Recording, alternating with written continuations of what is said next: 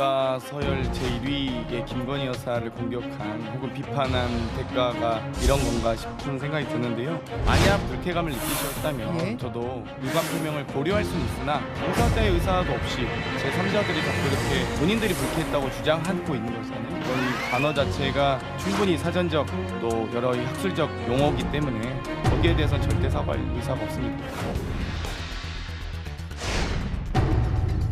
이 사람은 윤리 제소의 대상조차 아니다. 윤리를 가려면 적어도 인간이어야 되는데 인간이 아닌 동물을 뭐 윤리에 제소하느냐 생각이 들어요. 인간의 길을 포기한 거죠. 이게 제정신입니까 지금? 저는 민주당 요청하는 걸 보면 민주당은 그 인간의 길을 포기하는 사람이 너무 많아서 동물농장 같다. 개헌의 품격에 맞게끔 하는 게 맞다는 점에서는 저는 좀 적절치 않은 표현을 썼다고 생각하고, 그러나 그 표현을 썼다고 해서 또 윤리위에 제소를 한다고 하면 괜히 이거 오히려 사건을 더 키우는 거고 더 이상한 방향으로 몰고 가는 거 아니겠습니까? 예. 그래서 저도 그 국민의힘에서 그렇게 대응하는 것도 지혜롭지가 않다.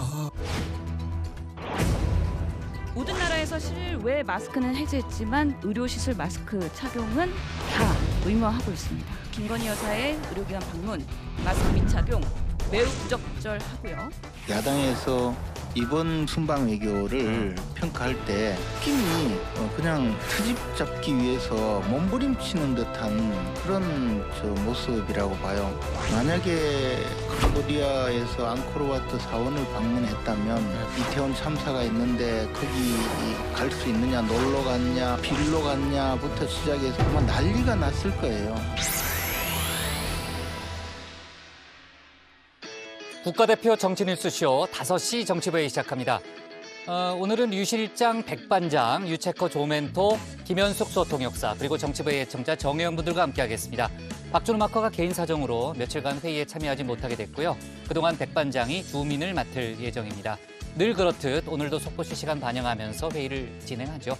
유 실장이 좋아하는 그런 자리 배치네요. 네, 오늘 좀 마음에 듭니다. 네, 좋아요. 자, 유체커 나가서 이제 발제 준비하면 되고요. 자, 본격적인 얘기를 이어가기 전에 조금 전 들어온 속보부터 얘기하죠. 유튜브 정회원 분들 중에 제가 속보를 얘기할 거라고 벌써 예측을 하고 계신 분이 계신데, 자, 아무튼 잠시 저희가 우주부 회의로 좀 가서 조금 전 들어온 속보부터 좀 얘기를 하면요.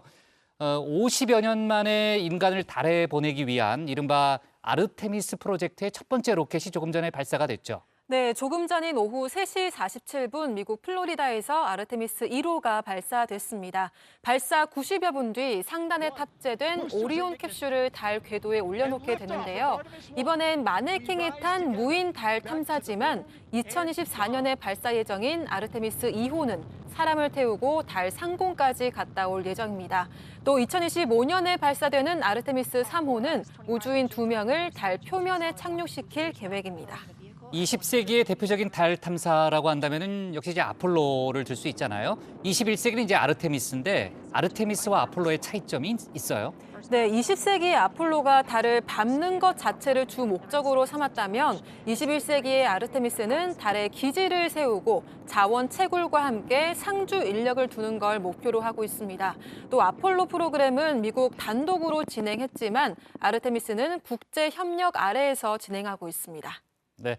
자, 이번 발사를 앞두고 몇 차례 우여곡절이 있었는데 사전 5기로 발사가 됐는데 성공하기를 바랍니다. 그리스 신화에서 아폴론하고 아르테미스가 남매지간이잖아요. 네, 저는 알고 있었어요? 아르테미스가 전 좀 마음에 듭니다. 그래요? 역시 21세기라서요. 네, 알았어요. 저는 아폴로가 마음에 들어요. 자, 좋아요. 류 실장, 백 반장이 웃고 있는데, 자, 류 실장, 이제 정치 얘기로 돌아와서요. 조금 전에 이제 영상에서도 봤지만 이른바 빈곤 포르노 발언을 둘러싼 지금 공방이 아주 뜨겁잖아요. 장경태 의원도 오늘 언론 인터뷰에서 사과할 의사가 없다는 식으로 얘기를 하더라고요. 네, 그렇습니다. 조금 전 영상에서도 보셨을 텐데 국민의힘이 오늘 장 의원을 국회 윤리특위에 제소를 했습니다. 의원직 사퇴까지도 요구를 했는데요. 반면에 장 의원은 빈곤 포르노가 사전적 또는 학술적 용어라고 강조를 하고 있습니다. 특히 김건희 여사에 대한 비판이 제 소유라면 절대 사과를 하지 않겠다고 했는데 김 여사가 직접 이제 불편하다 이야기를 한다면 유감 표명을 고려해 보겠다고도 말을 했습니다. 네, 조금 전에 이제 김기현 의원 얘기하는 거 보니까 이제 사람이어야지 윤리위에 제소를 하지 동물인데 왜 윤리위에 제소하냐는 또 그런 표현까지 쓰더라고요. 자세한 얘기는 저희가 국회 상황실에서 짚어보도록 하고요. 오늘 나온 속보인데 검찰이 이재명 대표의 최측근이라고 할 수 있는 정진상 실장에 대해서 바로 구속영장을 청구했네요. 그렇습니다. 정 실장이 어제 14시간가량 검찰 조사를 받았는데요. 하루 만에 검찰이 영장을 청구한 겁니다. 대장동 일당으로부터 1억 4천만 원의 뇌물을 받은 혐의 등을 받고 있는데 정 실장은 관련 혐의를 완강하게 부인했다고 합니다. 영장 실질 심사는 모레로 잡혔습니다. 모레 영장심사가 이재명 대표를 향한 수사의 분수령이 되겠군요. 잠시 후 뉴스픽에서 조금 더 얘기해 보도록 하고요. 유한울의 뉴스픽 5부터 오늘의 정치부회의 출발하겠습니다.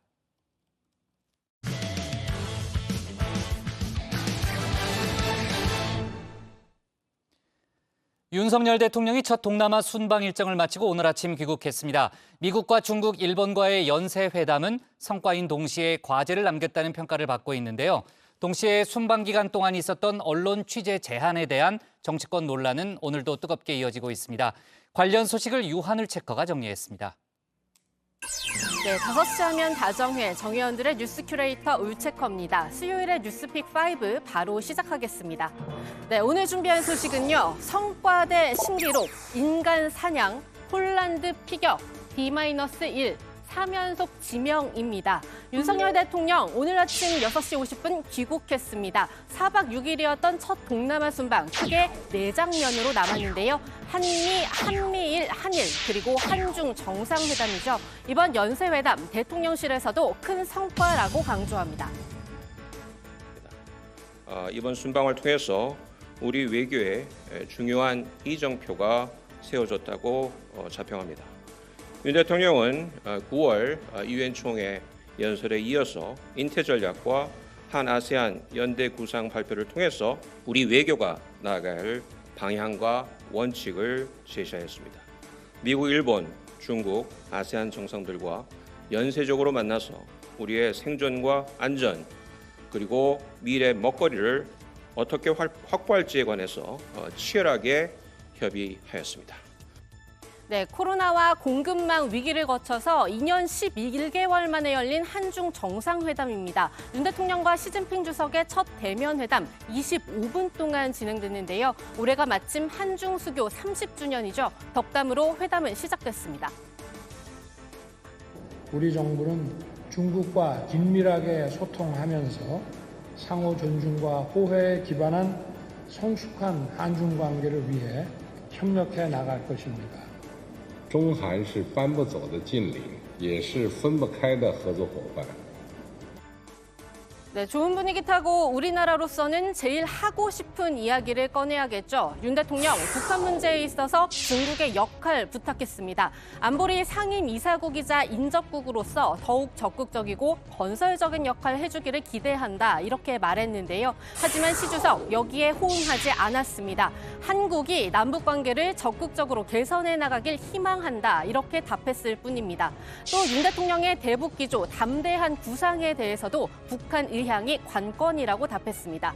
사실 이번 한중 회담 성사 가능성은 낮아 보였습니다. 하지만 중국을 결국 테이블로 끌어낸 것 바로 한미일 공조 극대화라는 분석 나오고 있는데요. 급격하게 중국을 견제하기 위한 인도 태평양 이 전략구도에 지금 적극적으로 한국이 참석을 하는 윤 대통령의 그런 움직임 이런 것들이 중국에 의해서 일종의 이제 견제의 필요성을 좀 갖게 하지 않았느냐. 이번에는 중국이 그 필요성에 의해서 성사됐다라고 한다면 적극적으로 좀 치고 나올 가능성이 있지 않겠나. 네, 최재성 전 정무수석의 전망이 적중했습니다. 윤석열 대통령 이번에 발표한 인태 전략 애둘러 언급하자 시 주석은 불편한 심기 숨기지 않았습니다. 다자질을 강조했는데요. 미국, 일본 말고도 우리도 신경 써야 한다는 메시지겠죠. 결국 한중 간 대화 물꼬는 텄지만 남은 과제만 한가득이란 평가 나옵니다. 수단과 방식은 보편적 가치와 국제 규범에 기반하고 있습니다. 加强在20国集团等多边平台沟通和协调，共同践行真正的多边主义。 그렇다고 우리가 이번에 확실히 손을 들어준 미국, 일본과도 마냥 좋은 건 아닙니다. 각각의 최대 현안인 인플레 감축법, 또 강제징용 문제는 결국 원론적인 합의에 그쳤다는 지적도 있습니다. 국민의힘은 그래도 이번 순방 자유와 연대 정신 바탕으로 한 협력에 방점이 있다면서 높이 평가하고 있습니다. 반면 민주당 지도부는 오늘 최고위원회의에서 일제히 이번 순방 성적표가 너무 초라하다 깎아내렸습니다. 그동안 뭐 이게 미국과 중국 간의 갈등이 커지고 그 사이에 끼어 있던 우리 대한민국 입장에 굉장히 어려운 일들도 많았고요. 이번 그 아세안 또 G20 회담에 참여하면서 한미, 한일, 한중 이 양자 회담을 더 성사시키고 또 한미일 3자 회담까지 하면서 안정적인 국제적 협력 관계를 증진시켰다. 그런 면에서 상당히 의미가 크다. 국제적으로 높게 평가받았던 문재인 정부의 신남방 정책과 신북방 정책은 자취를 감췄습니다. 한일 정상회담에서 기대했던 과거사 문제는 어떠한 진전도 없었습니다. 한미 정상회담은 이번에도 립서비스로 끝났습니다. 그리고 윤 대통령의 이번 순방에서 가장 눈길을 끌었던 건 바로 동행한 취재 기자단을 대하는 방식이었죠. 민주당이 순방 결과보다 더 날을 세운 것도 이 부분이었습니다. 특히 이번 순방은 언론 통제에 나쁘끄러운 신기록을 썼습니다. MBC 전용기 탑승 배제로 언론 길들이기도 모자라 특정 언론만 상대하는 노골적 언론 차별, 언론 줄세기에 나섰습니다. 대통령실은 전용기에서 순방 취재 기자단을 배제했고 또다시 구설에 오를까 회담장에 기자를 들이지 않고 질문 답변도 없이 결과만 일방 통보했습니다. 네, 실제로 앞서 꼽아드린 이번 순방의 메인 이벤트, 이 4연속 정상회담 모두 기자가 직접 들어가 취재한 적이 없었습니다. 대통령실은 회담 상대 국가와의 논의 끝에 그렇게 결정된 거라고 설명했는데요. 그럼에도 불구하고 여권에서도 비판은 나옵니다. 좀 심하게 얘기하면 조선중앙통신, 북한의 그런 것을 보는 것이 아니냐라는 생각이 들어요. 네. 기자들이 들어가서 풀단으로 4-5명이 해서 들어가는 이유가 그냥 단순히 대통령이 무슨 말을 했을까, 어떤 환담을 했을까, 그런 것도 취재 대상이지만 네. 어떠한 표정, 그렇죠. 뭐 몸짓, 뭐 말투, 억양, 뭐 다른 사람들과 어떻게 어울렸는지 이런 것도 다 취재 대상이거든요. 그렇죠. 네, 윤 대통령은 순방 중에 의례적으로 하는 전용기 기내 간담회도 이번엔 생략했습니다. 그러면서 평소 인연이 있다는 CBS 채널A 기자는 따로 불러 대화를 나눴다고 하는데요. 편한 대화였다는 설명이지만 여기에 대한 지적도 나오죠. 취재가 곧 대화고 대화가 곧 취재 아닙니까? 저는 윤석열 대통령이 작정하고 언론인들에게 메시지를 전달한 것이라고 생각합니다. 나한테 선택받고 싶으면 잘 보이라는 것이죠. 언론을 워치독으로 두는 게 아니라 랩독으로 만들겠다는 저희를 드러낸 것이라고 봅니다. 네, 이런 논란으로 시끄러울 때 마침 용산청사 정문에는 도어 스태핑 때마다 단상이 등장할 거란 소식 들어와 있습니다. 윤 대통령이 출근길에 하는 도어 스태핑, 매번 앞쪽에 있는 기자 몇 명한테만 질문 기회가 돌아가고는 했는데요. 맨날 하시는 분만 계속 오시네? 다른 분들은 뭐 질문 준비한 거 없어요? 네, 뒤편에 있는 기자들도 단상에 올라서게 해서 질문할 수 있게 한다는 윤 대통령 뜻이 담긴 거라고 합니다. 한마디로 소통 강화를 위해서라는 설명인데요. 하지만 원할 때만 하는 소통은 오히려 마이너스가 될 수 있다는 지적 나옵니다. 이번 순방 점수 역시 그 지점에서 다 깎여 나갔다는 평가도 있습니다. 국내적으로는 이 어떤 뭐 언론 탄압 그리고 언론의 자유를 훼손하는 이런 일을 스스로 만들 이유가 전혀 없거든요. 네. 토탈로 이제 봐서는 70-80점 정도는 줄 수 있는데요. 네. 원래 그 학생들 좋은 점수 받아도 네. 지각 무단 지각이나 무단 결석 있으면 네. 마이너스 되는 것처럼 평가에서 이 전반적으로 반영이 되게 되면 말씀드린 것처럼 스스로 성과를 거둬차는 기상천외한 대통령의 모습을 보이고 있습니다. 네, 두 번째 픽은 인간 사냥입니다. 민주당 이재명 대표의 복심인 정진상 정무조정실장 어제 총 13시간 40분의 검찰 조사를 받았습니다. 검찰은 정 실장의 혐의들과 함께 이 대표와의 연관성도 추궁했다고 하는데요. 정 실장은 터무니없다며 혐의를 적극 부인했습니다. 우선 검찰은 이 대표와 정 실장을 정치 공동체라고 규정했습니다. 또 대장동 민간 사업자들의 요구가 정진상 실장을 거쳐 이 대표에게 전달돼 성남시의 의사결정에 반영됐다고도 판단했습니다. 위례 개발 사업의 경우에는 사업자를 공모하기 전에 이 대표와 정 실장이 사업자를 선정했다고 봤습니다. 위례와 대장동 특혜의 윗선에 이 대표가 있다고 사실상 결론 낸 셈입니다. 네, 검찰은 오늘 곧바로 정 실장에 대한 구속영장을 청구했습니다. 영장 심사는 모레인 18일로 잡혔는데요. 정 실장 구속 여부, 이 대표를 겨냥한 이번 검찰 수사의 중대 분수령이 될 것으로 보입니다. 정 실장은 떳떳하게 임하겠다 이런 입장 조금 전에 내놨고요. 이 소식들은 이 대표는 오늘 관련 질문에 일절 답하지 않았습니다. 어제 정진상 실장이 소환 조사를 받았는데 어떻게 보시는지 한번 여쭤봐도 될까요? 검찰의 정치 탄압이다 좀 이렇게 보시는 것 같은데 저희는 한 말씀만 좀 부탁드리겠습니다. 네, 하지만 본인의 SNS 계정에는 계속해서 검찰 수사 비판하고 있습니다. 수사가 아니라 인간 사냥을 하고 있다면 그 후과를 반드시 치르게 될 것임을 명심하라. 이 김현정 당 대변인의 논평 그대로 옮겨왔고요. 검찰이 1년 전 대장동 수익 700억 원, 세금 제외하고 428억 원이 유동규 전 본부장 몫이라고만 하는 데 대해서 최근 김용, 정진상 본인의 최측근까지 지목한 것을 두고서는 관련 기사 공유하면서 검사가 바뀐 게 전부다 이렇게 적었습니다.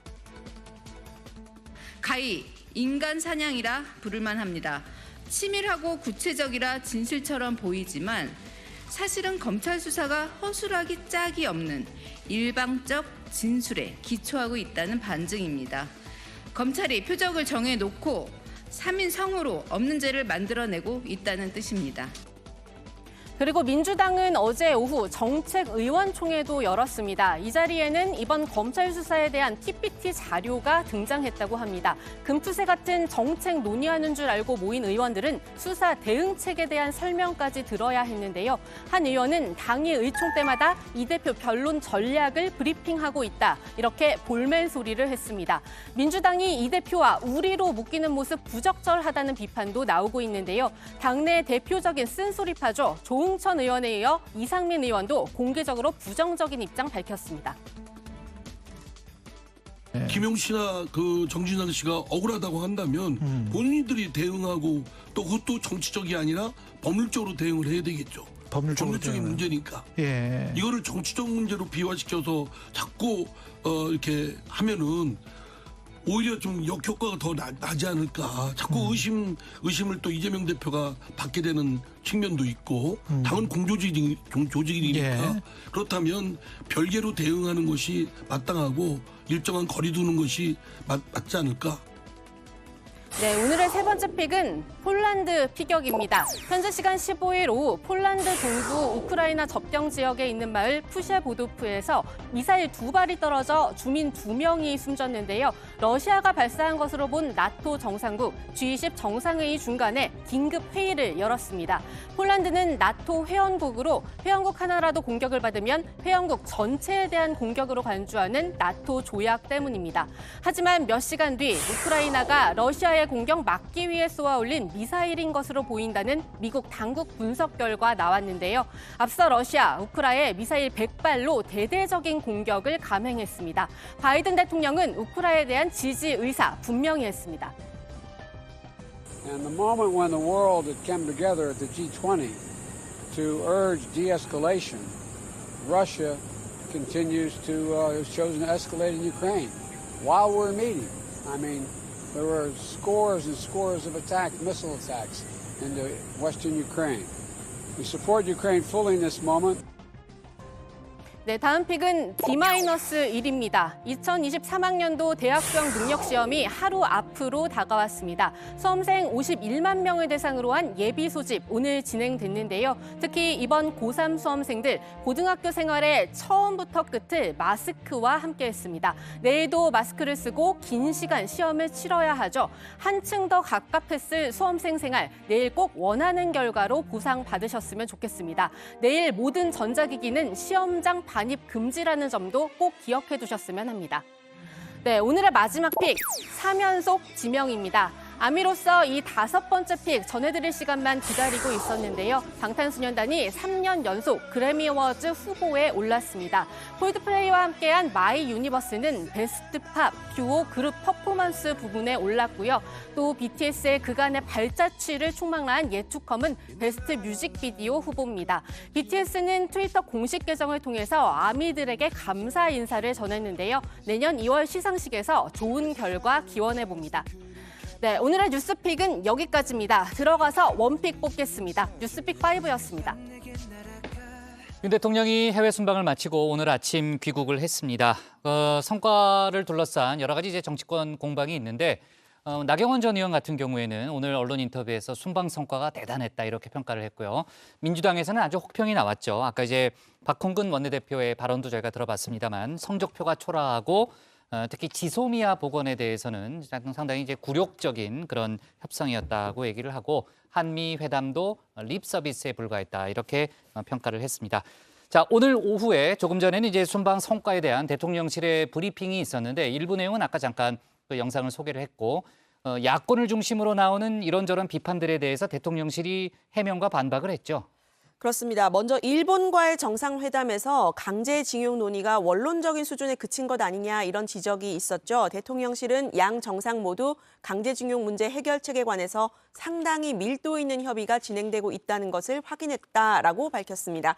대통령실 고위 관계자는 양 정상이 협의를 좀 더 속도감 있게 진행을 시켜서 강제징용 해결뿐 아니라 한일 관계 개선을 가져올 수 있는 방향으로 좀 더 주의를 기울이고 힘을 보태자 하는 분위기였다라고 회담 분위기를 설명하기도 했는데요. 당시 양 정상이 잘 보고 받아서 알고 있다라고 한 의미에 대해서도 양국 실무진 간의 해법이 한두 개로 좁혀지고 있다는 보고를 받았다는 의미로 해석할 수 있을 것 같다고 밝혔습니다. 그만큼 이 간극이 좁혀졌으니 빨리 해소 방안을 모색해서 강제징용 문제 속히 매듭 짓자는 분위기였다라는 겁니다. 네, 대통령실은 이번 순방에서 한미일 공조에만 너무 치중한 것 아니냐, 다시 말해 미국 일변도 외교가 아니냐는 비판에 대해서도 설명을 했습니다. 한마디로 동의하기 좀 어렵다라고 했는데요. 대통령실 고위 관계자는 한미 동맹은 과거 냉전 시대를 거쳐 탈냉전기까지 외교와 안보의 중심축 역할을 했다면서 현 정부 들어서 갑자기 미국 일변도 외교라고 말하기는 힘들다 이렇게 반박을 했습니다. 또 한미일 공조로 중국과의 외교가 어려워졌다는 지적에 대해선 중국과 소위 범세계적으로 함께 기여할 수 있는 공간이 충분히 존재한다 이렇게 밝혔는데요. 기후변화, 공급망 문제 등 글로벌 이슈에 대해서도 논의할 수 있는 장이 많이 마련돼 있지 않느냐라는 겁니다. 네. 아까 이제 유체커가 소개했습니다만 이번에 이제 취재 제한 논란이 상당히 뜨거웠잖아요. 특히 이제 이번에는 이제 또 TBS 문제까지 같이 겹쳐가지고 오늘 이재명 대표가 언론 자유 침해가 심각하다 이런 발언을 하기도 했는데 저희가 관련된 내용은 이따가 이제 주민에서 짚어볼 예정입니다만 대통령실이 언론 취재에 비협조적이었다는 야권의 비판 또 언론 내부의 논란에 대해서 역시 해명을 했죠.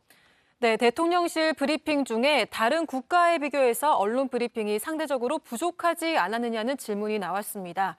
대통령실 고위 관계자는 다른 쪽과 비교하는 자체가 적절하지 않다고 일축했는데요. 순방 전 브리핑에서 어느 정도 큰 윤곽을 말했을 뿐만 아니라 구체적인 정상회담이 진행되기 전에 여러 예고를 했다는 겁니다. 이 관계자는 또 충실한 보도 자료를 배포하면서 나름대로 보도 수요를 맞출 수 있도록 노력했다고도 덧붙였습니다. 네, 대통령실이 설명을 했고 해명을 했지만 관련 논란은 조금 더 또 정치권에서 이어질 분위기고요.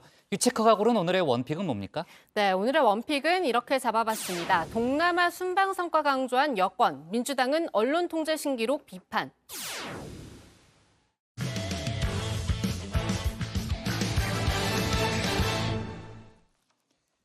이태원 참사 희생자의 명단을 공개한 인터넷 매체에 대해서 경찰이 수사에 착수했습니다.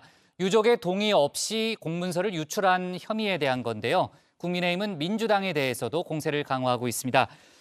그리고 그 빈곤 포르노란 발언을 한 민주당 장경태 최고위원에 대해선 오늘 국민의힘이 윤리특위에 제소하기도 했는데 관련 공방 역시 뜨거워지고 있습니다. 이 내용까지 류정아 상황실장이 정리했습니다.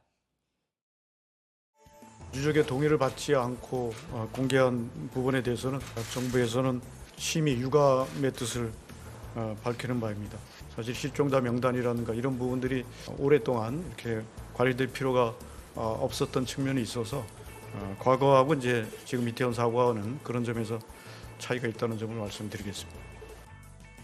네, 유가족의 동의를 받지 못한 이태원 참사 희생자 명단 공개, 정부는 깊은 유감을 표명했습니다. 정부 차원의 명단 공개는 없다는 점 명확히 했는데요. 과거 세월호 참사나 대구 지하철 화재 때는 수습이 아직 되지 않은 상태에서 신원 확인이 어려웠고 만 하루 만에 신원이 파악된 이태원 참사의 경우와는 다르다고 이야기를 했습니다. 유가족의 항의를 받은 이 매체들 명단을 일부 수정을 했지만요. 원본은 온라인상에 떠돌고 있습니다. 공개의 정당성에 대한 정치권의 공방만 남았는데요. 공격의 퀴는 국민의힘이 쥐었습니다. 취재원의 동의를 받아 사연을 소개하는 것과 출처 모를 명단을 동의도 없이 공개하는 것은 근본적인 차이가 있다. 전자는 취재고 후자는 폭력이요 선동이다. 극심한 고통 속에 있는 분들을 이용했다는 점에서 언론과 정치의 탈을 쓴 가장 비열하고 반인권적인 폭력이다.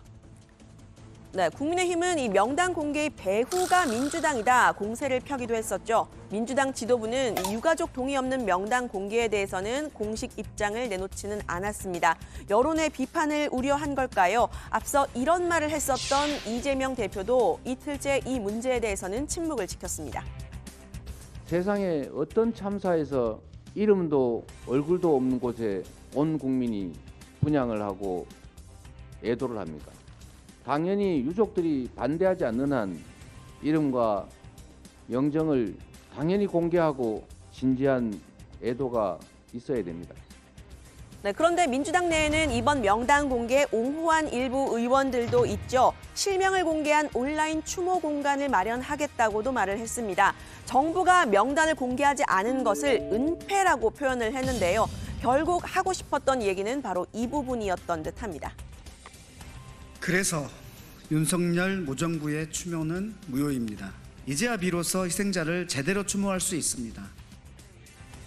네, 그리고 국회 부의장을 지냈던 이석현 전 의원은요, 트위터에서 유가족 동의가 중요하다라고 말하는 네티즌과 설전을 벌이기도 했는데요. 유가족이 싫다는데 무슨 역사적 참사 운운하느냐라는 말에 유가족 전원에게 물어보았나요? 라고 댓글을 달기도 했습니다. 그런데 이 추모의 방식이 하나만 있는 걸까요? 참사 직후에 있었던 국가 애도 기간 동안 분향소를 찾았던 11만 7천 명의 시민들의 마음은 또 이태원역 앞에 놓였던 수많은 국화와 애틋한 메모는 추모가 아니었다고 생각을 하는 건지 좀 궁금합니다. 조금만 더 초동으로 대응해줬으면 적어도 사람은 죽지 않았어야죠. 젊은 네. 친구들이 많이 희생됐는데 네, 왜 젊은 애들이 희생됐을까요? I was here. I luckily I leave earlier, but my friends they see everything. It's complicated, like relief, but guilt. 네, 천주교 정의구현 사제단은 희생자들의 실명을 부르면서 호칭 기도를 했는데요. 역시나 애도의 한 방식입니다. 김영식 대표 신부는 국민의힘이 이 실명 공개를 폐륜이라고 한 점을 비판하면서 이렇게 말을 했는데 다른 종교를 가진 사람들은 이번 기도의 방식 어떻게 생각하고 있을까요? 이름을 부르면 폐륜이라고 하는데 이름을 부르면서 기도하는 것이 폐륜이라면 100번이고 1000번이고 폐륜하는 기도를 해야 되고요. 기도함으로써 폐륜하는 사람들의 길동무가 되는 것이 기도해야 할 사제들의 몫이라고 생각합니다. 네, 꼭 실명의 명단이 공개돼야만 깊은 애도를 할 수 있는 건 아니라는 얘기도 나왔습니다. 정의당 이정미 대표는 얼마 전 SPC 계열사에서 일하다가 숨진 여성 노동자의 죽음을 슬퍼하고 분노했던 경험을 예로 들었습니다. SPC 계열사에 여성 청년 노동자가 사망한 일이 있지 않았습니까? 네. 실명이 공개되거나 그 사진이 영정이 공개되거나 이러지를 않았습니다. 그랬죠. 그럼에도 불구하고 전 국민들이 함께 슬퍼했고 또 그 SPC 불매운동에 동참함으로 인해서 재발 방지하라고 노력해왔던 과정들이 있습니다. 네, 민주당 내에서 희생자의 실명과 사진을 공개하면 더 깊이 추모할 수 있다고 했던 사람들이요. 워싱턴 포스트 같은 외신의 실명 사연 보도를 예로 들었습니다. 저희 JTBC 역시 유가족들의 동의를 받아서 사연을 일부 전하기도 했었는데요. 세월호 참사 이후 제정된 재난보도의 준칙, 재난보도가 유족의 의견을 존중해야 한다는 겁니다. 기자들에게는 제1원칙이라고 할 수 있을 듯한데요. 이 유가족 취재 중에서도 가장 어려운 취재에 속합니다. 하루아침에 사랑하는 사람을 잃은 사람에게 어떤 말이든 말을 걸고 카메라를 갖다 댄다는 게 죄스러워지는 경험 저도 있었습니다. 세월호 참사 당시 7개월 동안 현장에 남아 있었던 JTBC의 이상엽 기자, 매일 새롭게 마음이 무거웠다고 털어놓기도 했습니다. 사람의 유해를 찾는다는 게 굉장히 좀 사실 어렵잖아요, 다루기가. 근데 그 유해를 기다리는 사람들을 취재하러 가는 거니까 마음이 좀 많이 무겁죠, 항상. 그래서 이렇게 아침에 나설 때마다 생각이 들어요. 아, 오늘은 좀 어떻게 말씀을 좀 드려야 얘기가 좀 될까. 처음에는 이 노란 리본이 이렇게 나부끼는 모습도 되게 보기 힘들었어요. 되게 좀 마음도 아프고. 네, 그런데 이 희생자 명단을 공개한 인터넷 매체, 방송을 하던 도중에 떡볶이 먹방을 하면서 광고를 내보냈다고 하는데요. 참된 추모를 하겠다던 비장함에 비해서 지나치게 가벼운 방식은 아니었는지 모르겠습니다. 법적인 문제도 있습니다. 국민의힘 이종배 의원과 시의원과 김건희 여사의 팬클럽 또 일부 보수단체는 일제히 명단을 공개한 매체들을 개인정보보호법 위반으로 경찰에 고발을 했는데요. 서울경찰청 오늘 바로 수사를 개시했습니다. 한동훈 법무부 장관은 희생자 명단이 유출된 과정에 불법성이 있을 수 있다고 말했습니다. 논란의 여지 없는 반인권적 행동이라고 개인적으로 생각하고요. 일단 제 생각에는 유출 경로에서 불법 가능성이 있을 수 있다고 생각합니다. 네. 철저히 공적인 자료거든요. 이 자료 150 몇 명의 자료가 이것을 더탐사나 민들레가 훔쳐간 게 아니라면 누군가가 제공한 가능성이 제일 크지 않겠습니까? 그 과정에서 공적 자료가 유출된 과정에 대한 어떤 법적 문제가 충분히 있을 수 있다고 생각합니다. 네, 이번에는 김건희 여사 관련 논란 좀 짚어보도록 하겠습니다. 윤석열 대통령과 함께 해외 순방에 나섰죠. 배우자 공식 프로그램에 참여하는 대신에 의료 지원 활동 등을 했는데요. 바로 이 장면입니다. 민주당 장경태 최고위원이 이걸 빈곤 포르노라고 표현을 하면서 논란이 시작이 됐습니다. 이 거친 표현이 도마 위에 오르자 장 의원은 국가서열 1위 김 여사를 공격한 대가냐라면서 이 빈곤 포르노라는 표현 학술적인 표현이라고 말했습니다. 사전에 있는 논문에 있는 언론에도 쓰이는 용어인 포버티 포르노그래피를 뭐로 번역합니까? 용어보다 김건희 여사에 대한 비판이 더 아픈 건지 대한민국 국격을 실추시킨 책임은 어떻게 물어야 합니까? 외교 행사에도 불참하고 가난하고 병든 국가 이미지를 남겨준 화보 촬영한 것은 엄연한 외교 결례이고 외교 참사입니다. 당사자인 김건희 여사께서 용어에 대한 입장을 공개적으로 알려주시길 바랍니다. 네, 국민의힘은 장 의원의 표현이 너무나 인격 모욕적이고 반여성적이라면서 국회 윤리특위에 제소를 했습니다. 오늘은 국민의힘 여성 의원들이 나섰는데요. 자극적인 단어로 김 여사의 외교적 행보를 폄훼하는 민주당의 유감을 표한다. 그리고 장 의원을 최고위원회에서 사퇴시키고 출당시키라고 했습니다. 선천적 심질환으로 제대로 된 치료를 받지 못해서 어려움을 겪고 있는 아동의 가정을 방문해 관심과 지원을 촉구한 것이 어떻게 화보 촬영에 비견될 수 있으며 뜬금없이 포르노라는 단어를 쓸 수 있단 말인가. 네, 이 여야 모두 빈곤 포르노, 이 포르노라는 표현 자체에 꽂힌 것 같은데요.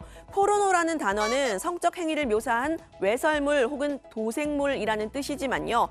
현상을 적나라하고 선정적으로 자극적으로 보여준다는 걸 은유적으로 표현할 때 종종 쓰이기도 하는 표현입니다. 한창 이 자극적인 먹방이 유행을 했을 때 푸드 포르노다 이런 표현이 쓰이기도 했었죠. 빈곤 포르노는 모금 유도를 위해서 가난을 자극적으로 묘사해서 동정심을 불러일으키는 걸 말하는데요. 마른 아이를 안고 있는 이 김 여사의 이 사진이요. 판에 박힌 가난의 이미지를 보여주는 듯도 하지만 당시 영상을 좀 전반적으로 보면 소통하고 공감하려는 모습도 있었습니다.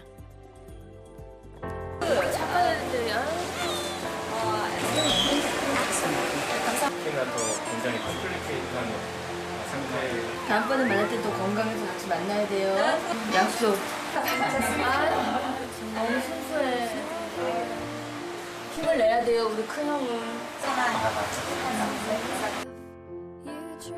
네, 하지만 이미 이 빈곤 포르노라는 표현 여야의 정쟁으로 번진 뒤입니다. 국민의힘의 여성 의원들 김정숙 여사의 해외 순방, 이재명 대표의 욕설까지 소환했는데요. 4억 원의 예비비로 일정이 없던 타지마할까지 방문했던 김정숙 여사의 단독 해외 여행에 대해 제대로 된 해명조차 하지 않았던 것을 민주당은 그동안 잊었단 말이나. 사전에 있는 말이다 이 말이거든요. 근데 다 아시다시피 이재명 대표께서 형수 욕을 하는데 그 욕도 다 사진에 나와 있습니다. 네, 민주당 고민정 최고위원은 김 여사가 바이든 대통령과 팔짱을 낀 바로 이 사진을 언급했습니다. 공적 마인드가 없었다, 불편하더라 이렇게 표현을 했습니다. 바이든 대통령의 팔짱을 친분을 과시하고 혹은 뭔가 좀 그 윤활유의 역할을 하고자 의도는 하셨을지 모르겠으나 사적인 자리가 아니잖아요. 조금 더 공적 마인드가 있었더라면 그렇게 안 하지 않았을까. 저도 사실 조금 불편하긴 하더라고요. 네, 김 여사를 감싸려는 국민의힘에서는 이런 말까지 나왔는데요. 역대 대통령 영분 중에 이렇게 미모가 아름다운 분이 있었습니까? 네, 이 빈곤 포르노라는 표현이 불러온 나비 효과, 여야 간 정쟁은 당분간 이어질 듯한데요. 양측 모두 자제해야 한다는 목소리 정치권에서 나왔습니다. 본인의 뜻이 어떻든 간에 포르노라는 말이 들어있기 때문에 상당히 선정적으로 대중들한테 그렇게 받아들일 염려가 있거든요. 국회의원의 품격에 맞게끔 하는 게 맞다는 점에서는 저는 좀 적절치 않은 표현을 썼다고 생각하고 그러나 그 표현을 썼다고 해서 또 윤리위에 제소를 한다고 하면 괜히 이거 오히려 사건을 더 키우는 거고 더 이상한 방향으로 몰고 가는 거 아니겠습니까? 네, 국민의힘은 오늘 오후에 민주당 장경태 의원 국회 윤리특위에 제소를 했습니다. 관련 소식 들어가서 더 이야기를 해보겠습니다.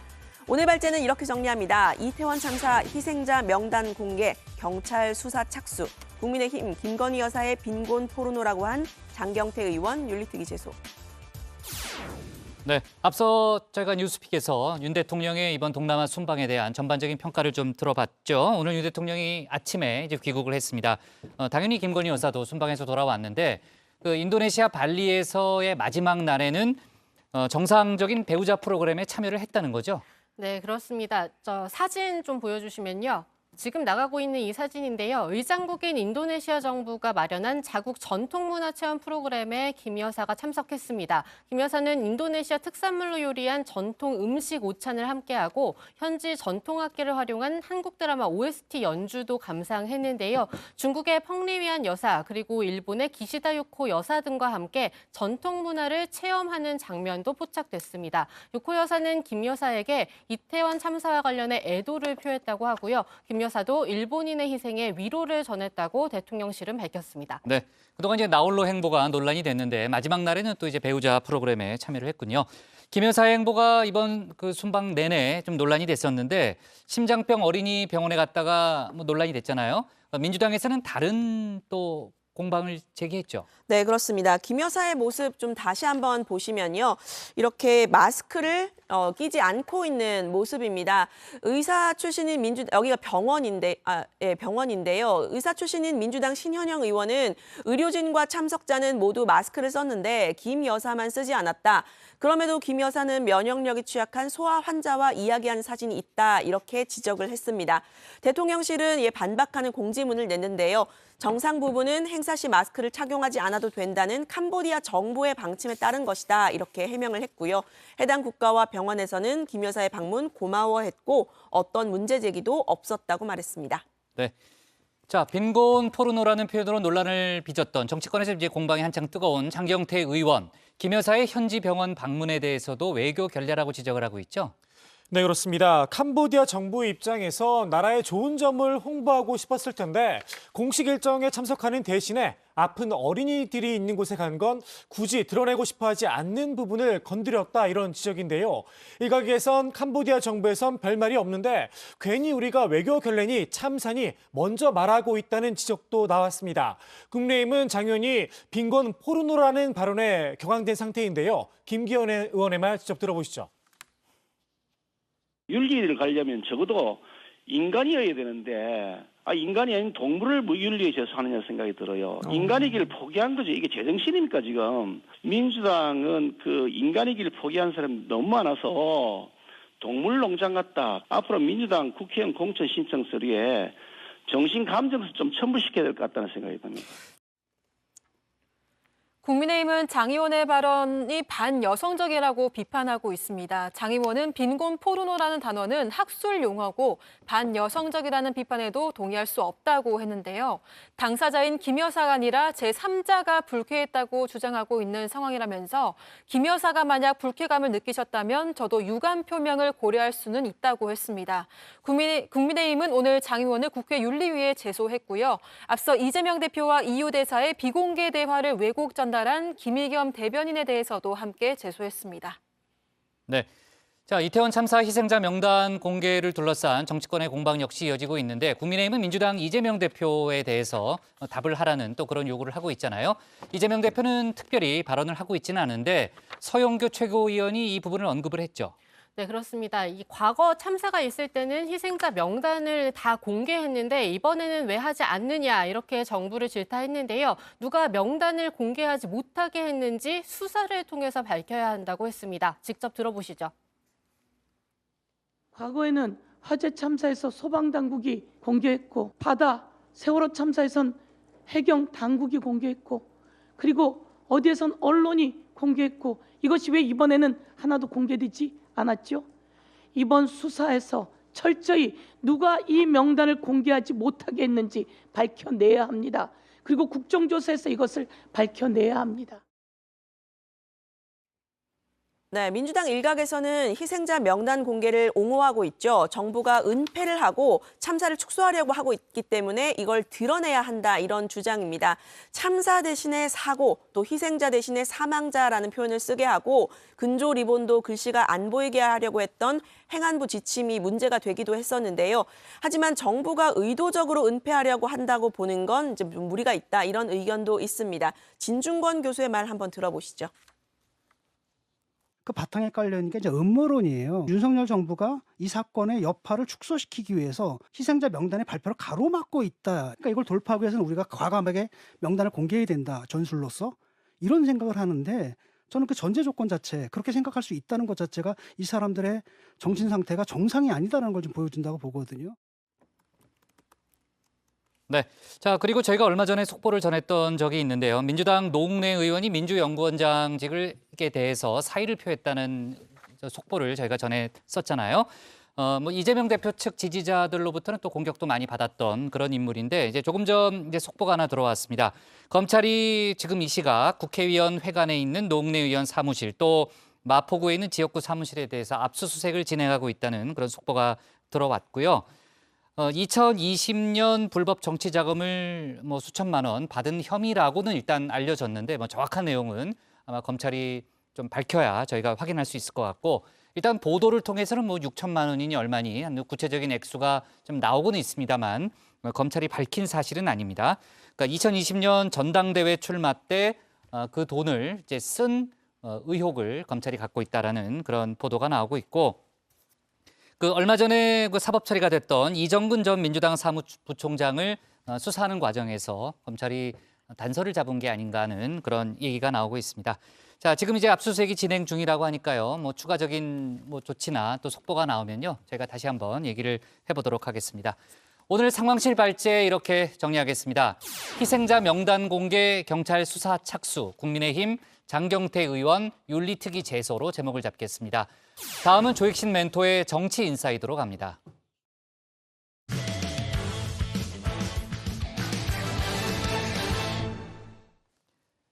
앞서 얘기했던 대로 윤석열 대통령이 오늘 동남아 순방을 마치고 귀국을 했죠.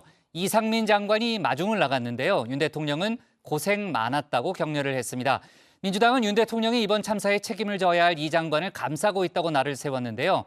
이재명 대표는 윤 대통령이 이 장관에게 TF 단장까지 맡겼다며 희생자와 유가족을 우롱하는 조치라고 비판했습니다. 관련 내용을 정치 인사에 대해서 짚어보겠습니다.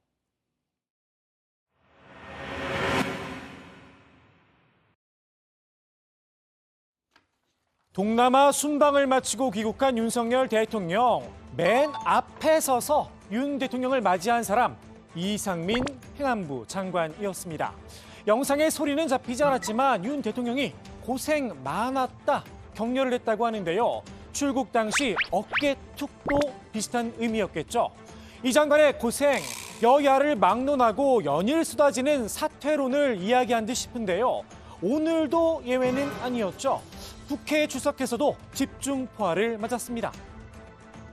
모든 책임을 지겠다 이렇게 말씀을 해주셨는데 그 책임의 주체가 어떻게 되는지는 하나도 파악이 안 되고 있는 것 같습니다. 잘 아시겠지만 정무직이라는 그 자체가 항상 사표를 써가지고 다니는 자리지 않습니까? 장관님, 국민들께 더 이상 상처 주지 마시고 이제라도 사퇴하실 의향은 없으십니까? 제가 생각하는 책임이라는 것은 현재 위치에서 제가 할 수 있는 최선을 다하는 것이 제가 생각하는 진정한 책임이라고 생각을 합니다. 그럼에도 이 장관이 끝까지 버틴 이유, 슬쩍 힌트를 줬었죠.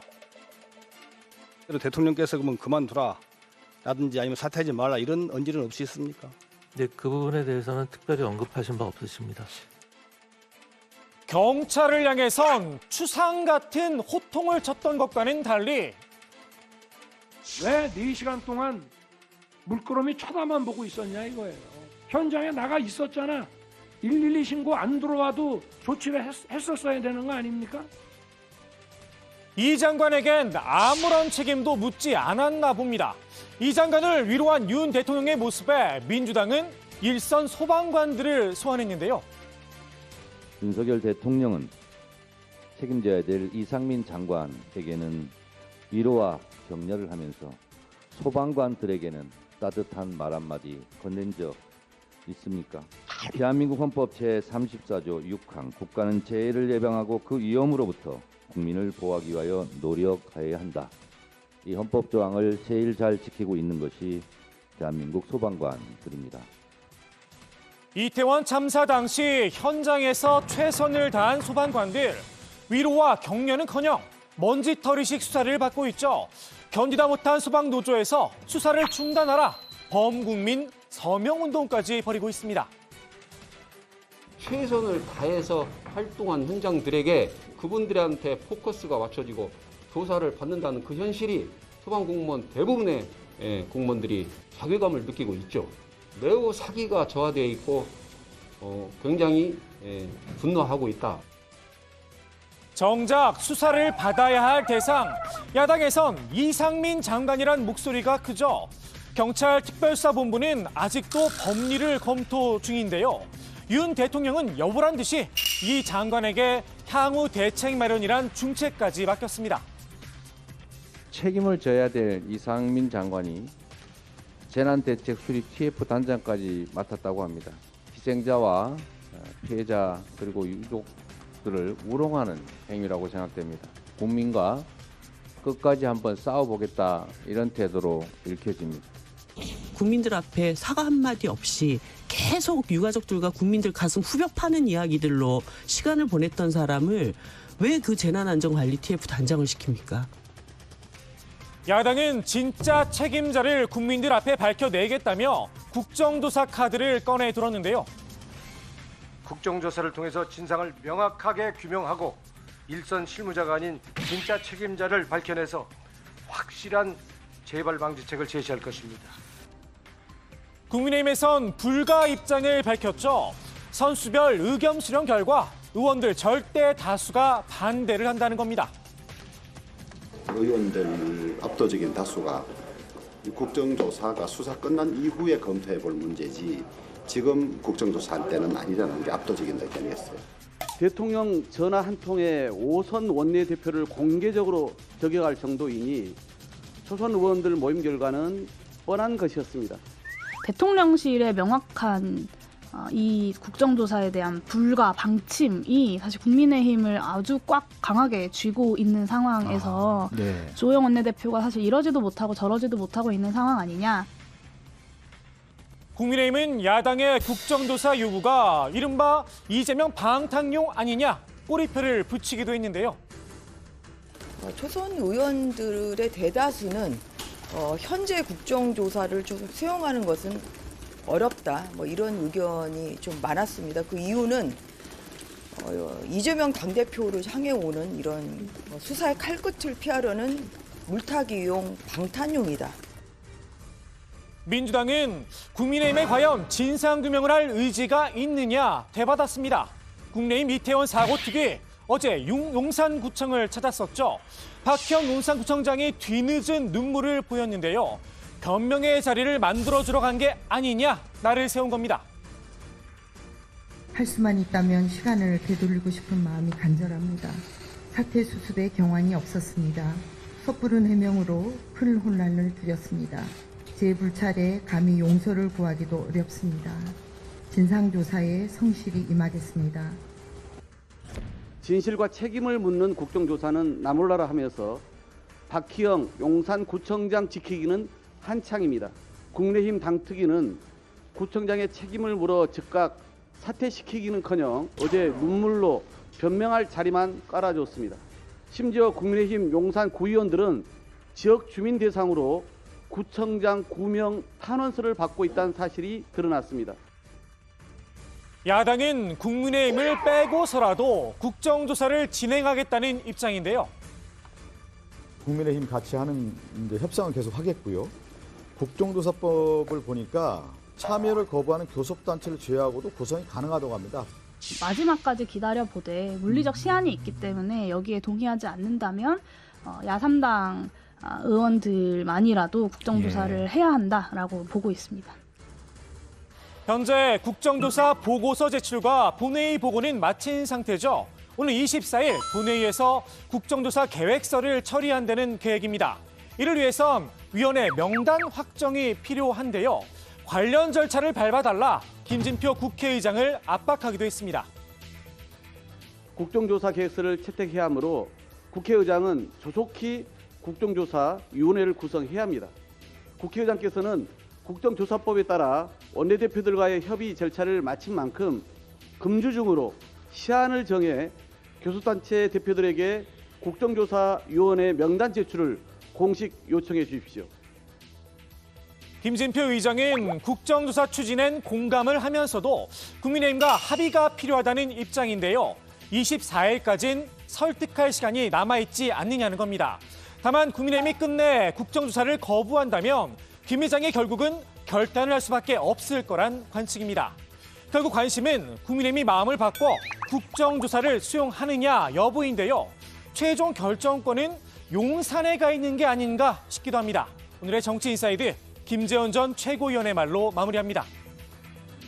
현재 국정조사를 끌고 가는 것이 이 재난을 어떻게 해서든 정치적 이슈로 만들고 그것을 통해서 정권 퇴진 운동에 활용하려는 목적이 보이니까 그래서 반대하는 것 아니겠습니까? 앞서 소방노조가 일선 소방관들에 대한 수사를 중단해달라는 서명운동에 돌입했다는 그런 소식을 조멘토가 소개를 했는데 경찰 직장협의회도 꼬리 자르기 수사는 안 된다는 입장을 밝혔죠. 그렇습니다. 경찰 직장협의회 민간기 위원장이 경찰 특수본의 법과 원칙에 따라 엄정하게 수사를 해달라 이런 의견서를 제출했습니다. 민 위원장은 꼬리 자르기식 수사가 진행될 수 있다는 우려가 현실이 될 경우에 절대로 간과하지 않을 것이라면서 관련 기관과 지휘 고하를 막론하고 상응한 책임을 반드시 물어야 한다고 강조했습니다. 그러면서 이 먼지털이식 수사 금지, 수사와 무관한 현장 경찰관 소환 조사 최소화, 또 피조사자의 변호인 의무 참여 보장 등을 요구했습니다. 네, 소방노조가 이상민 장관을 경찰청 특수본에 고발을 했잖아요. 특수본이 이 장관을 일단 피의자 신분으로 전환을 해서 수사할 가능성을 내비쳤다는 거죠. 네, 그렇습니다. 김동욱 특수본 대변인은 해당 고발건을 공수처에 통보하는 것과 별개로 고발장이 접수된 만큼 관련 수사 절차를 진행한다고 밝혔습니다. 이 장관은 3급 이상의 고위 공직자죠. 이 때문에 특수본은 소방노조의 고발장을 공수처에 통보했는데요. 공수처장은 60일 안에 직접 수사 개시 여부를 경찰에 알려야 합니다. 특수본은 회신이 오기 전까지 자체 수사를 하겠다는 입장인데요. 행안부 재난안전부서 직원들을 대상으로 한 참고인 조사와 법리 검토 결과를 토대로 이 장관에 대한 강제 수사에 착수할 여지를 열어둔 걸로 보입니다. 지금 이제 유체커가 법리 검토란 얘기를 했는데 특수본이 앞서 이 장관의 형사 책임을 물을 수 있는지 법리 검토를 하고 있다는 그런 입장은 여러 차례 밝혔잖아요. 지금 어느 정도 진행된 상황이에요? 네, 특수본이 크게 두 가지 갈래로 법리를 검토 중이라고 합니다. 이 장관이 경찰을 지휘 감독할 권한이 있는지를 먼저 살펴보고 있고요. 여기에 더해서 재난안전법상 이번 참사와 관련해 구체적이고 직접적인 주의 의무와 책임이 있는지 여부도 들여다보고 있습니다. 재난 발생에 직접 책임을 지는 당사자로 인정이 되면 이 장관에게 직무유기는 물론 업무상 과실치사상 혐의를 적용할 수 있다는 분석이 나옵니다. 현장 책임자였던 이임재 전 용산서장 수사에도 본격적으로 착수한 분위기죠. 네, 특수본은 용산서 직원들을 불러서 참사 당일 이임재 전 서장의 당일 행적을 확인했습니다. 이 전 서장은 사고 발생 50분이 지난 뒤에야 현장에 도착하는 등 늑장 대응을 한 혐의를 받고 있는데요.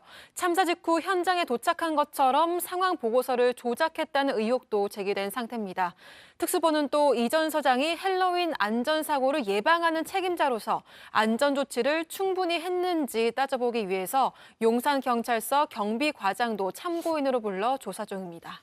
앞서 정부에서는 이번 이태원 참사에 대해서 주최자가 없는 축제여서 사전 조치가 어려웠다는 그런 설명을 내놓기도 했었잖아요. 그 이후에 여러 가지 논란이 있었는데 특수본이 이 부분에 대해서도 법리 검토를 마쳤다는 거죠. 그렇습니다. 경찰 특수본은 참사 당일 이태원 일대에 이 혼잡 관리를 할 수 있는 경찰 기동대 인력을 배치하지 않은 게 국가의 책임을 다하지 않았다는 결론을 내린 것으로 전해집니다. 해당 법리 검토를 담당한 특수본 관계자는 헌법과 재난안전법, 경찰 직무집행법 등의 국민 생명을 보호해야 한다는 규정이 있는 만큼 주최자가 없을수록 국가의 책임이 오히려 커진다고 판단하고 있다고 했습니다. 네. 경찰이나 용산서장 또 용산구청장도 그렇지만 이번 참사의 책임에 서울시도 비껴갈 수 없다는 그런 지적이 나오고 있는데 오늘 서울시 의회에 오세훈 시장이 출석을 했는데 관련된 입장을 또 밝혔죠.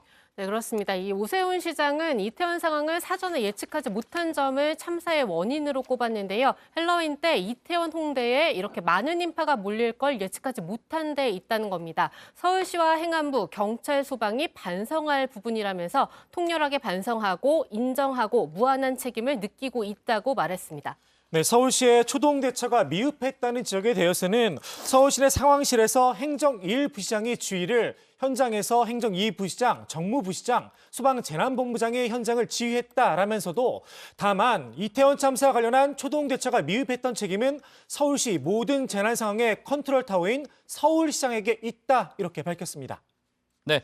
자, 조금 전에 저희가 언급했던 인물이죠. 이임재 전 용산서장 또 류미진 전 당시 상황팀장이 오늘 국회에 출석할 예정이었습니다. 행안위에서 지금 질의가 진행 중인데 일단 시작하자마자 행안위가 예산안 문제 때문에 파행을 겪었다는 거죠. 네, 이태원 참사에 대한 현안 질의를 앞두고 민주당 김교훈 간사가 의사 진행 발언을 했습니다. 16일은 여야가 합의한 예산안 의결일이라면서 국민의힘이 일방적으로 예산안 상정을 안 해 예결소위에서 국회법에 따라 통과된 예산안을 전체 회의에 상정하지 않은 것에 유감을 표한 겁니다. 앞서 민주당은 행안위 예산소위에서 경찰국에 배정된 예산을 전액 삭감해 단독으로 의결했습니다. 네, 이에 국민의힘 이만희 간사는요. 행안위 예산안 심사는 합의와 협치라는 국회 여러 전통이 깡그리 무시된 다수의 힘에 의해 강행된 예산이다. 반박을 했습니다. 민주당의 예산안 심사 내용은 국정의 발목을 잡고 망신 주기 이재명 민주당 대표의 주장을 어떻게 떠받들어 예산안 만들까 골몰한 것이라고 주장을 했는데요. 경찰국 예산은 그분들의 기본적인 인건비라면서 월급도 주지 말고 일을 시키라는 거냐 반문하기도 했습니다. 여야의 입장차가 뚜렷한 문제라서 회의장 곳곳에서 고성이 오갔는데요. 결국 회의를 진행하지 못하고 파행이 됐습니다. 경찰국 예산 하나 때문에 나머지 모든 예산들이 다 상정이 안 된다는 게 말이 됩니까? 우리는 상임위를 거부하는 거예요, 지금. 위원장님하고 간사는. 무슨 상임위를 거부해요? 지금 거부하고 있잖아! 그런 말씀 마십시오. 뭔 소리 하고 있어? 예? 뭔 소리 하고 있냐고? 뭐 누가 지금 반말해 지금? 뭐 마음대로 뭐 상정하고 안 하고 합니까? 경찰국 예산 때문에 나머지 예산들이 깡그리 무너졌는데. 하기 좋을 때는 합의한 걸 하고. 말이 됩니까? 이런 법은 없는 거예요. 네, 저런 혼란이 있었고 조금 전에 행안위가 재개가 됐다는 그런 속보가 들어왔는데 이임재 전 서장의 발언이 지금 일부가 지금 이제 나왔습니다. 제가 지금 그걸 좀 체크를 해봤는데요. 이임재 전 서장이 뭐라고 얘기를 했냐면은 그 참사 전에 작성된 헬로윈 인파 위험 보고서는 본인은 보고받지 못했다 이렇게 얘기를 했고요. 당일 서울경찰청에 기동대를 보내달라고 2번 요청했지만 거절당했다라는 그런 입장을 밝혔습니다. 또 처음에는 큰 상황이 아니라고 상황실로부터 보고를 받아서 본인이 이제 그 대단한 상황이 아니라고 판단을 했고 나중에 옥상에서 현장 지휘를 했다 이렇게 얘기를 했고요. 민주당 쪽에서는 이상민 장관도 그렇지만 그 이임재 전 서장도 다 몰랐다든지 또 보고를 못 받았다든지 이런 식으로 변명으로 일관하고 있다. 참담한 일이다라는 그런 또 반응을 보였다고 하는데요. 관련한 공방은 뭐 계속 진행될 거니까요. 저희가 그 이후에 진행되는 상황은 내일 정치부회에서 소개하도록 하겠습니다. 오늘의 정치 인사이들은 이렇게 정리하겠습니다.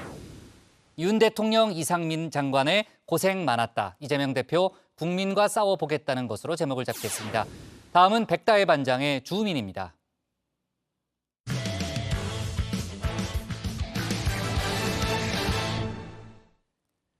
어제 서울시 의회가 편향성 논란이 일었던 TBS에 대한 예산 지원 폐지 조례안을 통과시켰습니다.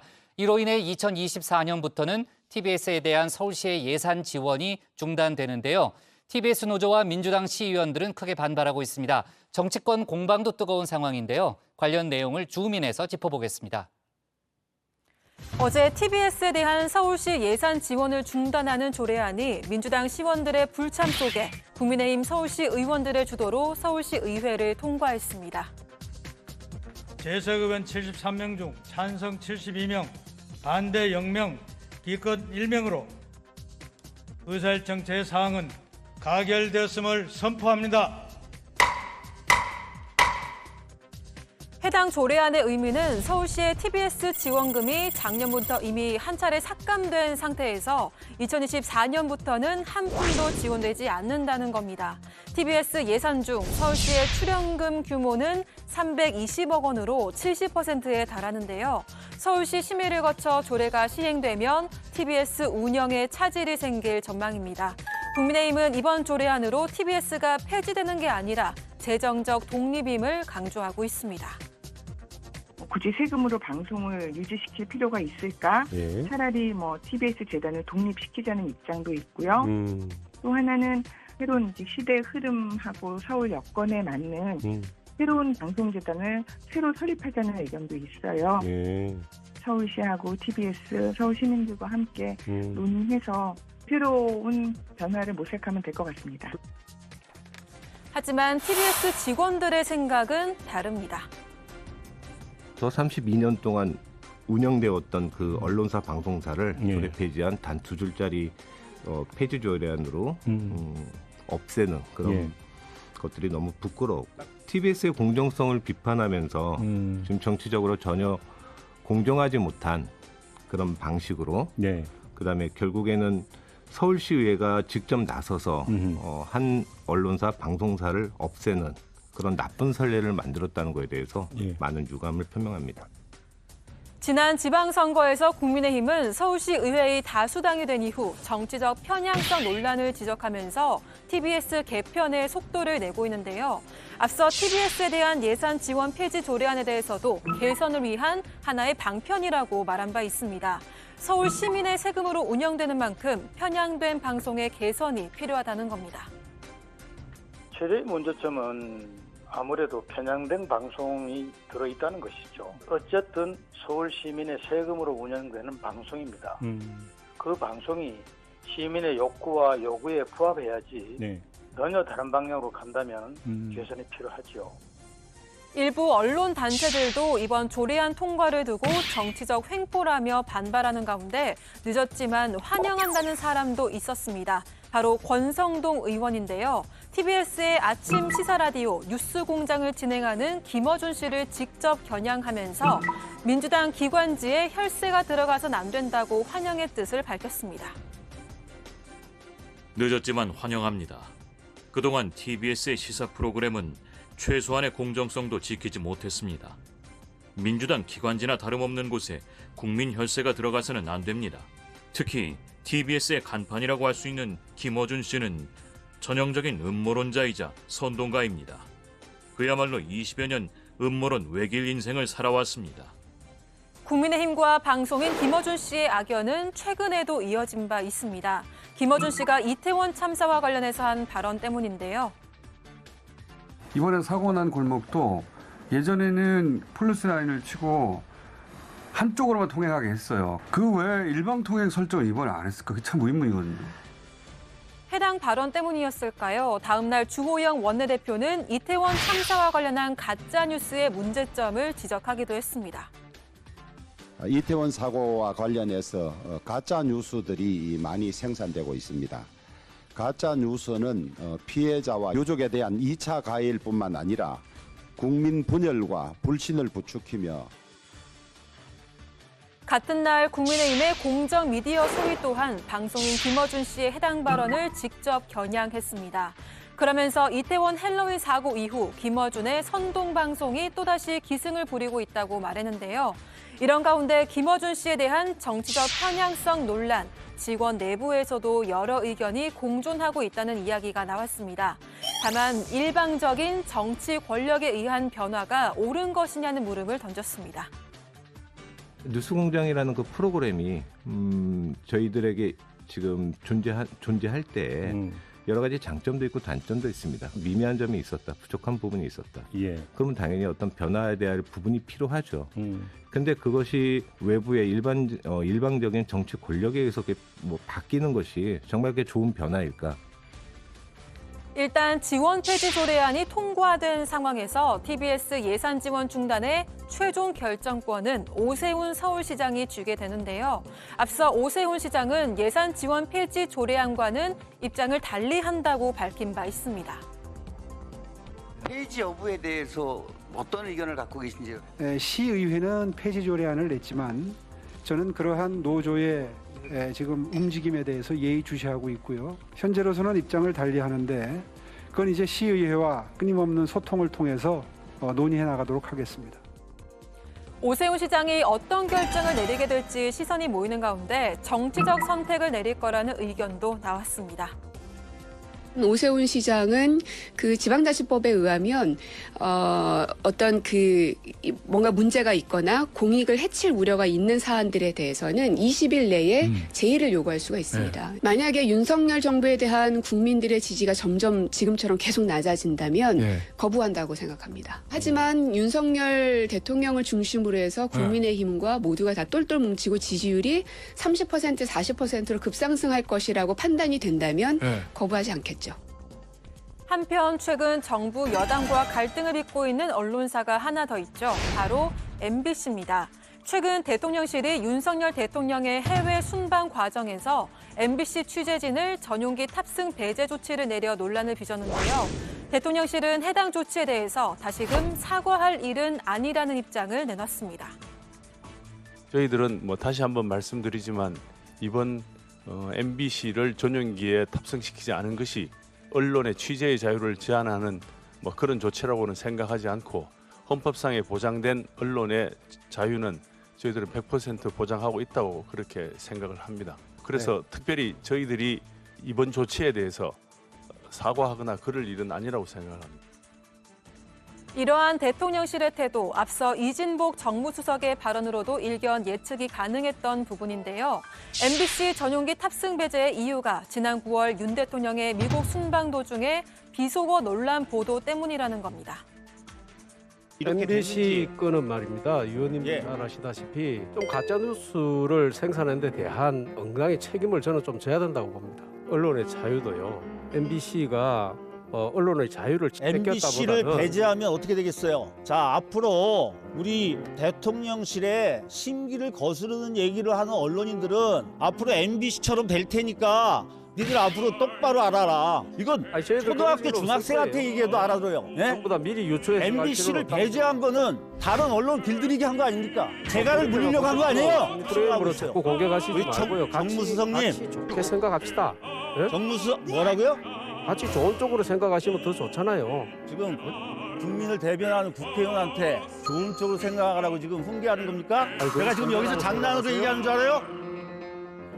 논란이 이어지자 민주당은 윤석열 대통령의 언론관에 대해서 의문을 제기했습니다. MBC 전용기 배제 조치에 이어서 윤 대통령이 전용기 안에서 특정 언론사의 기자 2명을 따로 불러 얘기를 나눠서 논란이 됐기 때문인데요. 민주당은 유신 시대의 관제 보도를 떠올리게 한다면서 비판 수위를 높였습니다. 윤석열 대통령은 유신 시대의 관제 보도를 바라는 것입니까? 비판하는 언론은 탄압하고 우호적인 언론만 편애하는 것이 윤석열 대통령의 언론관인지 분명하게 답해야 합니다. 언론 탄압과 길들이기에 나선 것은 결국 현 정부가 국정 무능과 실패로 심각한 위기에 처해 있음을 스스로 인정하는 것입니다. 대통령실은 윤 대통령이 특정 언론사 기자들만 부른 것에 대해서 취재와 무관하게 인연 있는 기자들과 편한 대화를 나눴을 뿐이라면서 해명했습니다. 하지만 대통령 순방은 국민 세금으로 이루어지고 국익을 위한 거라고 했는데 이런 사적 대화가 적절하냐는 질문에는 자신이 평가할 입장이 있지 않다고 답했습니다. 네, 이런 가운데 국민의힘에선 연일 MBC를 향해 맹공을 퍼붓고 있는데요. 최근 국세청이 MBC에 520억 원의 추징금을 부과한 걸 두고도 비판의 목소리가 이어지고 있습니다. 추징금 520억 원 중 400억 원은 여의도 사옥 매각 중에 법인세 누락에 대한 건데요. 또 20억 원은 MBC 자회사인 MBC 플러스의 분식 회계와 관련됐고 박성재 현 사장을 비롯한 임원들의 업무 추진비도 그 대상입니다. MBC는 세금 탈루한 적 없다는 입장을 밝힌 가운데 국민의힘은 내로남불의 전형이라며 공세 수위를 높였습니다. 문재인 정부 5년 동안 박문진 위에 MBC가 있었다는 것은 주지의 사실입니다. 사실 박문진과 MBC는 문재인 정부 한통속입니다. 2018년 MBC는 당시 그 전현직 대통령과 국정원 특수활동비에 대해서 연일 단독 보도를 이어가며 비판한 바 있습니다. 정작 자신들의 큰 잘못은 숨기면서 끝이 없는 편파 왜곡 보도를 일삼는 것에 대해서 MBC 박성재 사장이 책임지고 사퇴해야 할 것입니다. 권태순 박문진 이사장도 책임지고 사퇴해야 할 것입니다. 그러면서 박성재 사장과 권태선 박문진 이사장의 사퇴를 촉구했는데요. 오늘 국민의힘은 방송산업 개편 토론회를 열고 공세를 이어가는 모습을 보였습니다. 이 자리에서 차라리 MBC는 해체하는 게 사회해악을 줄이는 일이라는 높은 수위의 발언도 나왔다고 하는데요. 자세한 이야기는 잠시 후에 자리에 들어가서 전하도록 하겠습니다. 국민의힘을 향한 MBC의 공세가 이어지는 가운데 언론계는 MBC 취재진을 배제한 대통령실 관계자들을 직권남용죄로 고발했습니다. 김대기 비서실장과 김은혜 홍보수석 비서관이 대상으로 순방 이후에도 정부 여당과 MBC의 갈등은 계속될 걸로 보이는데요. 오늘의 주민 한마디는 이분의 말로 대신하겠습니다. 윤석열 대통령이 2016년에 국정농단 특검 수사팀장 복귀하면서 수사권 가지고 보복하면 그게 깡패이지 검사입니까? 이렇게 했던 말이 기억나요. 길들이기 한 거고 보복한 거다고 저는 보는데 정부가 권력을 가지고 저렇게 보복한 것은 깡패인지 정 대통령실인지 한번 판단해 봐야 되는 거죠. 앞서 백 반장이 잠깐 언급을 했는데 오늘 국민의힘이 방송산업 구조 개편을 위한 정책 토론회를 열었다는 거잖아요. 거기서 MBC를 향한 상당히 강도 높은 발언이 나왔다는 거죠. 네, 그렇습니다. 해당 토론회는 김기현 의원이 세미래 포럼과 자유언론 국민연합과 공동으로 개최를 했는데요. 토론회 자장은 2017년 말 해임이 된 김장겸 전 MBC 사장이 맡았습니다. 방송구조 정상화를 주제로 한 오늘 토론회에선 공영방송의 민영화를 강조하는 목소리가 이어졌는데요. 또 현재 공영방송의 가장 큰 문제는 하부 조직을 장악한 노조가 경영을 좌지우지하는 점이다 라면서 노영방송이 되고 있다 이런 주장이 잇따랐습니다. 한편 김기현 의원은 최근 자신이 출연하기로 한 뉴스외전의 출연 취소를 언급하면서 박성재 사장과 간부들의 퇴진을 요구했습니다. 남북한 사람이 MBC를 좌지우지하고 있다면서 MBC는 차라리 해체되는 게 사회 해악을 줄일 수 있는 일이라고 주장했는데요. 최근 김 의원은 자신이 MBC에 대한 비판적 발언을 쏟아내자 출연 불가 통보를 받았다고 주장하고 있습니다. 박성재 사장에게 1대1 토론도 제안했는데요. 당분간 MBC를 향한 공세를 이어갈 걸로 보입니다. 네. 자, 그리고 조금 전에 손흥민 선수가 이제 기자회견을 가졌는데요. 그 스프린트 뛰는 것도 이제 문제가 없고 세 번째 소속팀에서 훈련을 했는데 이제 뛰는데 지장이 없다라는 그런 입장을 밝혔습니다. 또 자신의 세 번째 월드컵이라는 점을 강조하면서 누구보다 간절하고 또 마음으로 잘 준비하는 게 현실적으로 중요하고 첫 경기부터 마지막 경기까지 에너지를 갖고 열심히 뛰겠다는 그런 각오를 밝혔다고 합니다. 네. 자, 정치부회의 하는 동안에 이제 손흥민 선수 기자회견이 진행이 됐죠. 유 실장이 훔쳐보는 거 제가 옆에서 보긴 봤습니다. 자, 좋습니다. 오늘 정치부회는 여기까지 하겠습니다. 저희는 내일도 오후 5시 정각에 다시 찾아뵙겠습니다. 저는 회의에만 집중했습니다. 아니, 아닌 것 같아. 잘못 봤나? 네, 조멘토가 맞습니다.